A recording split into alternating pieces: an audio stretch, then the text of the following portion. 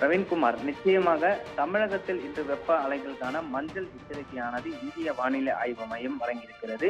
குறிப்பாக நாடு முழுவதும் கடந்த சில வாரங்களாகவே வெப்பத்தின் தாக்கமானது அதிகரித்து வரும் சூழல்ல சமீப நாட்களாக வெப்ப அலையின் தாக்கமும் அதிகரித்து வருகிறது. இந்த சூழல்ல தமிழகத்தில் பொறுத்தவரை அதிகபட்சமாக 106 டிகிரி வரை வெப்பம் பதிவாகி வரும் நிலையில் இன்றைய தினம் வெப்ப மழைக்கான மஞ்சள் எச்சரிக்கையானது விடுக்கப்பட்டிருக்கிறது.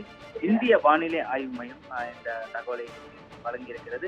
அதன்படி தமிழ்நாடு, புதுச்சேரி, காரைக்கால் உள்ளிட்ட பகுதியில் மஞ்சள் எச்சரிக்கை விடுக்கப்பட்டிருக்கும் சூழல்ல இதேபோல் ஆந்திர மாநிலத்தின் ராயலசீமா, கர்நாடகா உள் மாவட்டங்கள், ஒடிசா, உத்தரப்பிரதேச கிழக்கு பகுதி, பீகார் உள்ளிட்ட பல மாநிலங்களுக்கு இந்த வெப்ப அலைக்கான மஞ்சள் எச்சரிக்கையானது விடுக்கப்பட்டிருக்கிறது.